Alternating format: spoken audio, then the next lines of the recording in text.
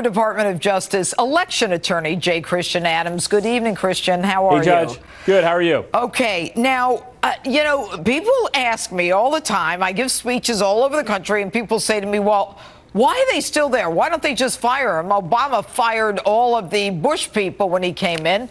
Well, you were there. Give us an idea of what it's like and why it's not being done. Well, because a lot of these people are deeply embedded. They've been at the Justice Department, for example, for 20, 30 years. They're very comfortable in their jobs. But, Judge, as you know, many of them are part of what's called the Senior Executive Service, SES. And these people can be moved out on Monday or told they have 3 weeks to pack their stuff up because they're going to go to Duluth, Minnesota to study snowfall. I mean, that's what the administration could do. The administration can't be sued.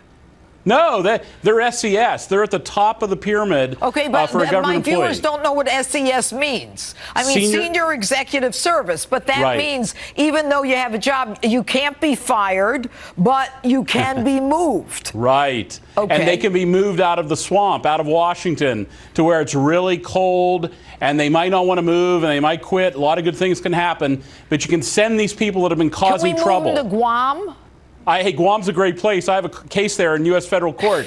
But look, I love Guam. Let me tell you, there are people in the department that are causing the problem. For 8 years under Eric Holder, Judge, we didn't have voter fraud prosecutions. What happens when you don't prosecute? We did not have voter fraud prosecutions for 8 years. Are you sure about that? Right. I mean, we had people double voting. We had non-citizens voting, and people in the swamp refused to enforce the law. And what do you get more of when you refuse to enforce the law? You get more crime. Right. Right.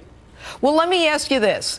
Aren't there cases that I remember last year reading about a county where there were more votes for a particular candidate than there were voters in the county, registered voters? Yeah, this is a problem with the voter rolls all over the country. My organization's litigating right now against Broward County in federal court in the Southern District of Florida. But the Justice Department should be fixing this. There's a man there by the name of Richard Pilger.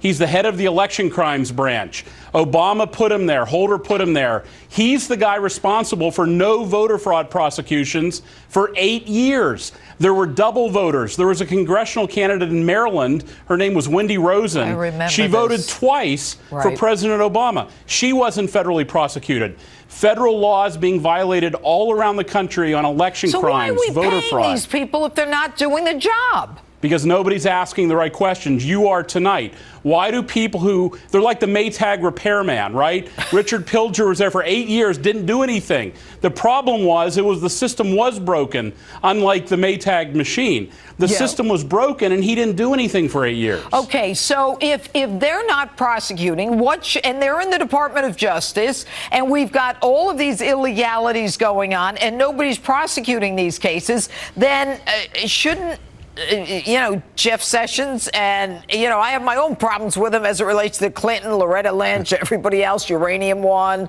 Molly 99, that's my new thing now. Uranium's used for medical imaging, nuclear medicine.